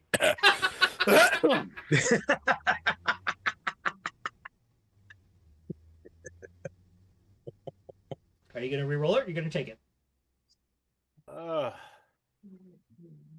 I will give you one of my 2 remaining XPs. I have a collection I can Oh, share with I'll you. throw you an XP. I got extra XP. I'll give you one. you're not I'll there. roll it again. Damn. I feel it in my core that the boys need help.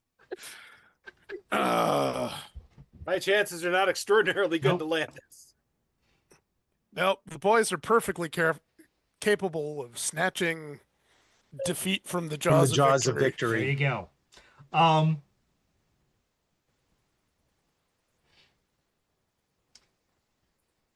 Serafina. Yes. the cucumber slice slides off your eye. Never. Back to the sorry. mark. Like No. Spidey sense is tingling. You actually you feel like someone just walked on your grave. Okay, that's weird. It's, Like- there's nothing specific, there's nothing, tangible. It's just generally unsettling. Hmm.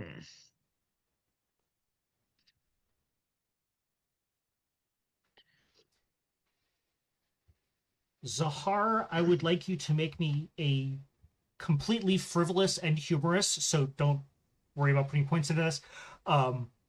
Might defense roll difficulty 4.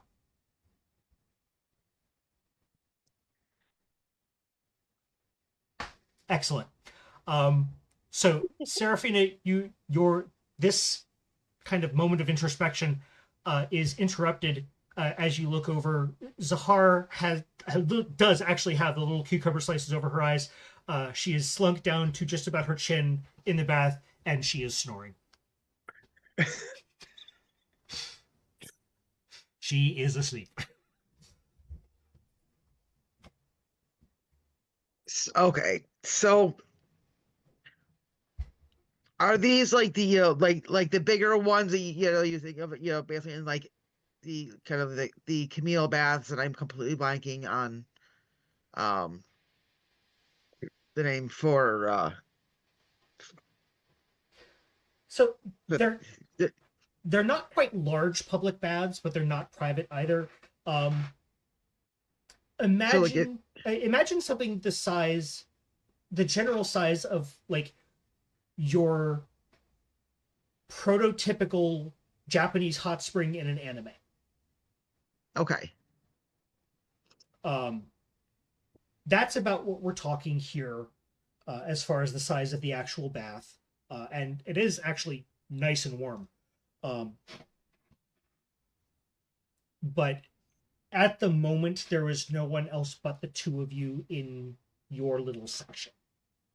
Okay, but it's they're not individual baths. They're the slightly larger ones where a couple people could would share them. Yeah. Okay, so I take my toe and just gently just kind of tap Zahar on like the calf or the ankle, basically whatever I can reach.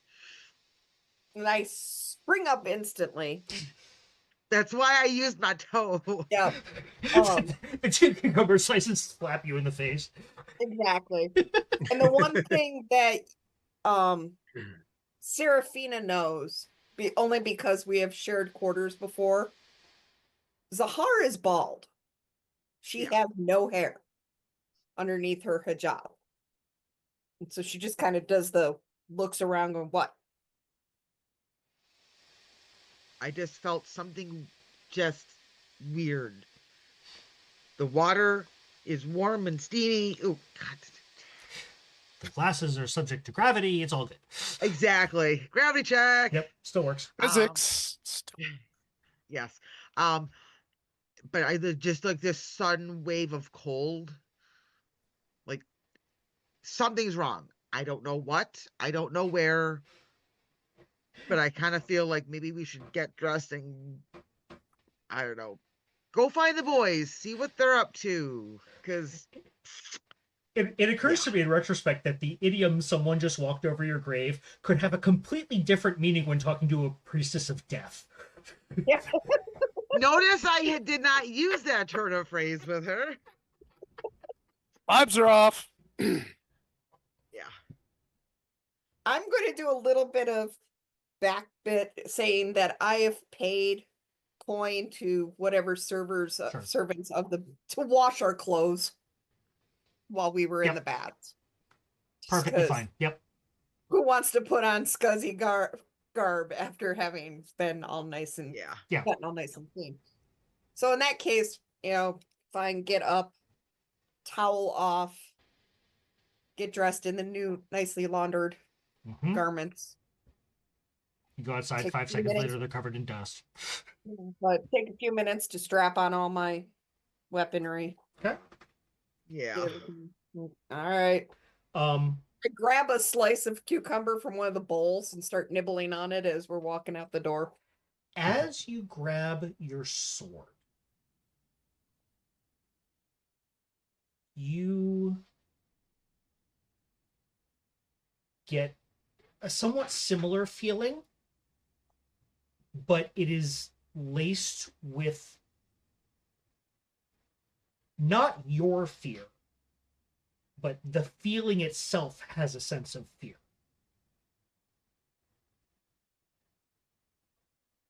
Yeah, this isn't good. We got to find the boys Yeah. and just quick time it. Not running, but definitely not dawdling. Walking with purpose that tends to cause people to part ways when they see a paladin of death go Yep. marching through the streets. Yeah. Yeah, you are not attempting to be subtle. Yeah. Okay. You're Just really- head towards the closest commotion. Yeah. I was saying, very rarely does the word subtle go hand in That's, hand with that's the fair. heart. That's fair.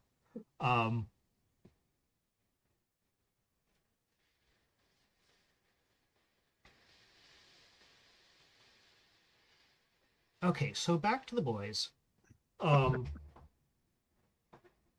So yes, when we last left, Zell had just tried and failed to tackle the monster formerly known as Sharuz. Tequila had taken the Dark Shadow Force by the reins, traced it back, and saw basically the Legion of Doom. And Howard, what were you doing? I forget. I think we may have skipped me in the okay. rotation. but, Sorry. Yep. Essentially what I was going to do is just yell very loudly, "That little shit stole my purse," and like run over while he's still in the dirt and like Okay. tie him up or something. All right. So let's make this.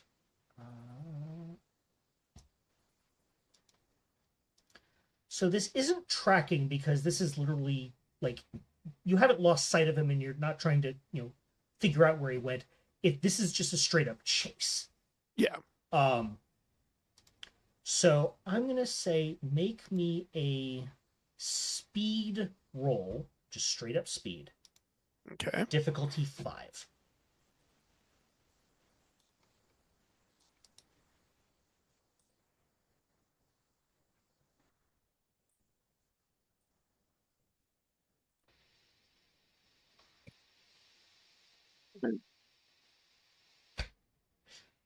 Okay. Fuck. This time for sure. Nope. Nope. And I'm out of XP. Okay. Yeah, you are. I guess you are all the way, aren't you? Yep. I can donate one to you, seeing as I've had some sent my way.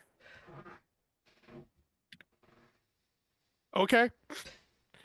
One more time. Okay. There you go. There we go. Just barely. Just by the skin of my bill. Mm-hmm. So you managed to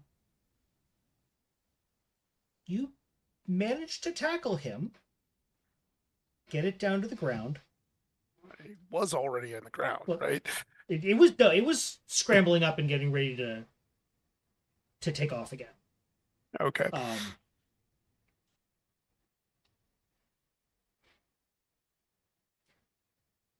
You managed to get this thing tied up.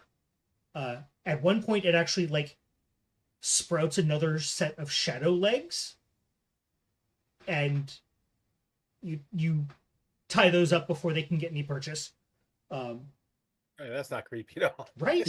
Not at all. Yep.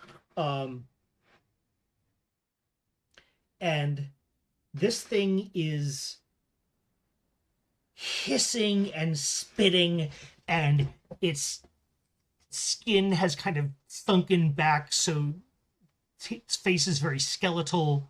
The black from its eyes has now like gone veiny across like the larger eye sockets in its of its skull. Hey, Um, dude.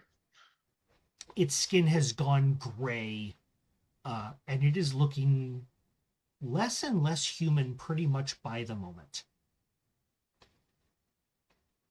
Okay. Still going on with the act. I know it's real thin soup at this point. I sort of twist his ear. I'm like, "We're going to see your mother, young man," So and toss him over my shoulder. so make me a perception or intellect check, difficulty 4. Actually, no, I'm sorry. Make it difficulty 3. I'm sorry.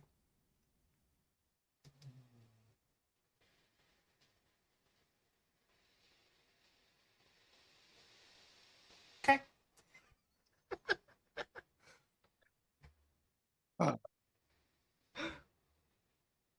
Okay. Dude. Blew it all on the melon. Hold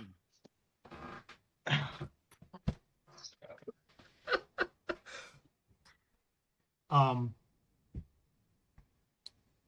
So you managed to get this thing tied up, but it is still very limber, and there are now like really nasty looking claws, including like like the Velociraptor middle claw thing, on each of its now 6 legs. Not the toe claw, not the. Make me a speed difficulty check. This will be difficulty 3, or speed defense check. I'm sorry. Okay. You manage to keep one movement ahead of it, as it is, even through being trussed up, it is slashing at you with these claws. This thing is now looking like truly nasty. And as you lead this thing, where are you taking this thing? Well, I was going to just sling it over my shoulder, but I guess that's probably not the best idea. So I was going to try and meet up with the other guys and see if I can help them, but it looks like I've got an armful of undead Velociraptor octopus right now, so may have my hands full. Oh, You said the secret word. Oof. Say the secret word, and the duck drops down. yes, he's all wriggly and stuff. Nope, not fighting. Nope. Cue the slightly Jackie Chan montage of like slapping clawed feet away and like. And it's totally like the animated one from the Jackie Chan animated series. Yeah, it's like, oh, not the face, not the. Yeah. There's Uncle Gong. Hey, what? One more thing.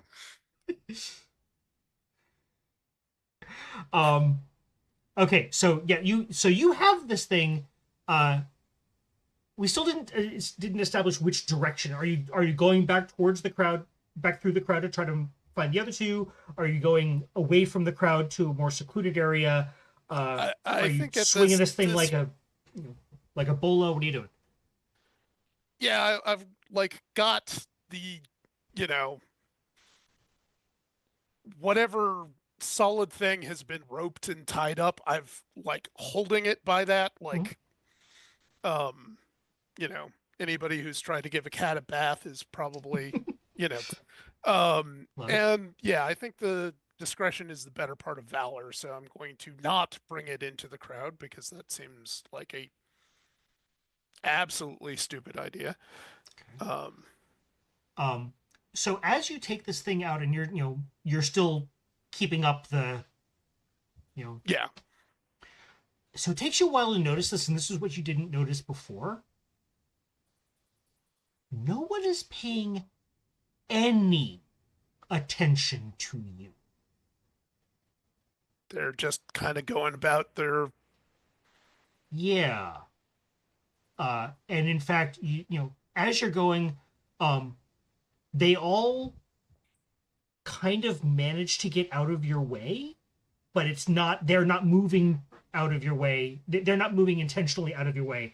Their movements just happen to coincide with you wanting to go where they were a moment ago.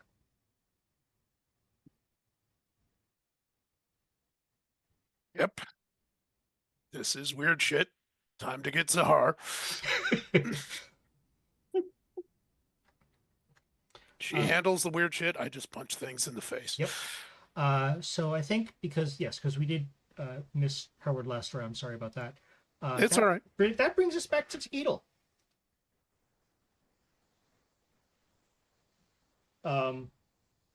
Yeah, you are now. When you open your eyes and realize that you're on the ground, yeah. So you realize a number of things, in a very, very specific order. Number one is you are on the ground, on your back. Number two is you're probably about 10 feet from where you were when this thing tried to attack you. And once your vision clears enough, you look up and you see that thing kind of looming over you with fangs. Reaching for... At first it looks like they're reaching for your face, but then you realize that the trajectory is actually taking them towards your throat. Well, I'd like to throw my ward up. It's always up. Oh, it's always up. Yep. Never mind. Yep. Ward is constant. Cool. Fine. Then I necessarily but warily reach for my dagger. Necessarily. Yes.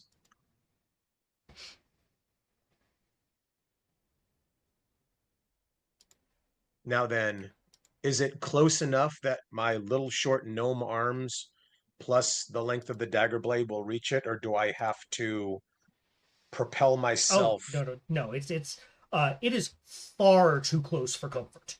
Okay.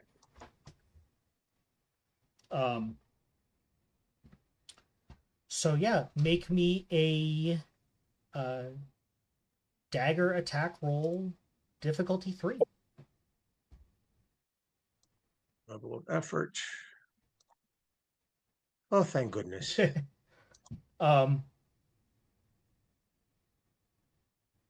Yeah, so you manage. Are you stabbing or slicing or? So fangs headed for my throat here.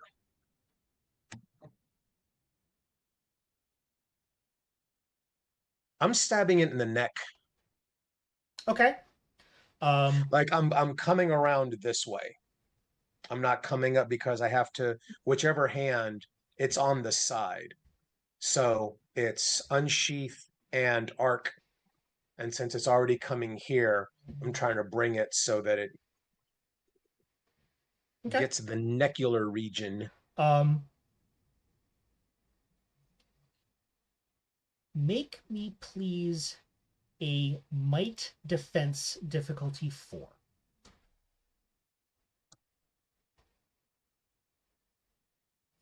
Yay.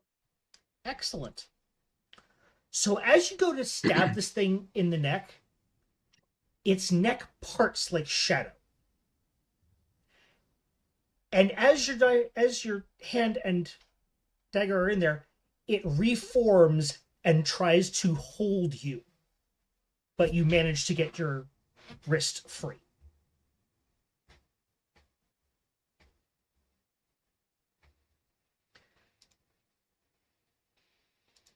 And now it's their turn.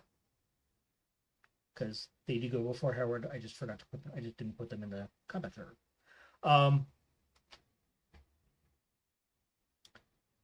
So we're going to start with Takeedle. Make me a speed defense roll. It's going to start at difficulty 4, but you are going to be hindered by 1 step because it basically has you pinned.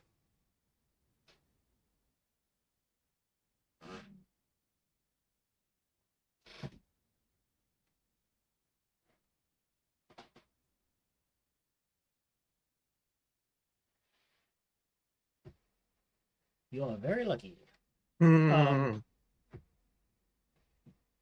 Yeah, so I think between you trying to wrestle your dagger into its neck, and just the fact that the two of you are writhing on the ground, it takes like some very quick and vicious kind of snaps at your throat, and fortunately you are just quick enough to get out of the way of them.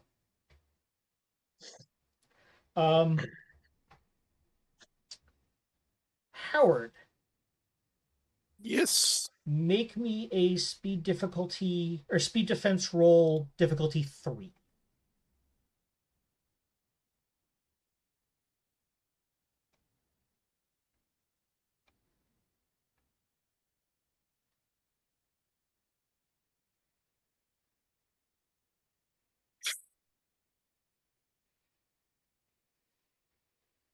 Okay. Yeah, this thing manages to slash you good with one of its claws. You take 3 damage, which is decreased to 2 by your armor. Okay. I'll go ahead and do that.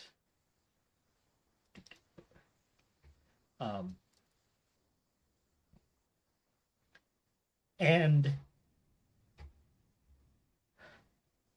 make me an intellect difficulty, or why do I keep saying difficult? Intellect defense check, also difficulty 3.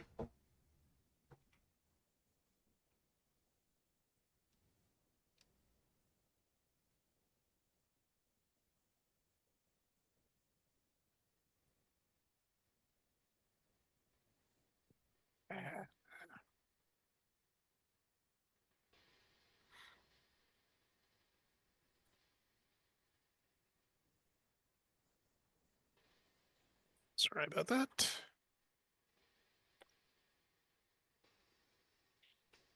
Okay.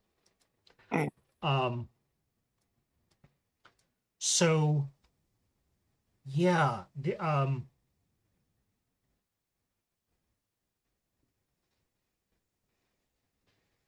so the GM intrusion is that this gets past your closed mind armor.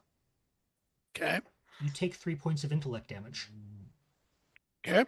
That puts you at 0. Yep. You fall unconscious.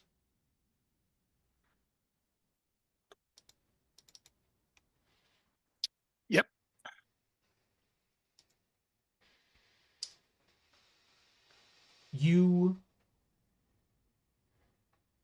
This thing slashes you, and it leaves behind more of the shadow energy, and it kind of seeps behind your eyes. Ugh. And the last thing that you see before you black out is you see a hallway. and you see a man starting to walk down the hallway, and he is surrounded by a swirl of the same black shadow energy. And when it clears, you are looking at Urter the Sly. And it swirls around him again, and he is gone. And that is where we're going to end the episode. Dun dun dun! Dun dun dun. So that was episode 9 of Echoes of the Undying. Maybe we'll come up with a title for this one in Echoes of the Episode. Who knows? But we are going to get out here, take a quick bio break, come back, do that. That'll come up tomorrow night on YouTube, 8 p.m. U.S. Eastern Time. In the meantime, if you want to do the things, do the things. You all know the things, do the things. If you just want to drop, just drop a comment and say, hey, I like what you're doing. Or drop a comment and say, wow, sucks to be Howard right now. Or, whatever. We would love to hear from you. We would love to engage in conversation with you. We want this to be a story that you feel a part of as well. So yeah, there's that. And I'm done waxing sentimental after just fucking over the players' minds again. So yeah, we're going to get out of here. We're going to do our thing. But in the meantime, for Matt, Julie, Ray, Patrick, and ECAT, I am Trevor, the Vitruvian Meeple. Good night, everyone.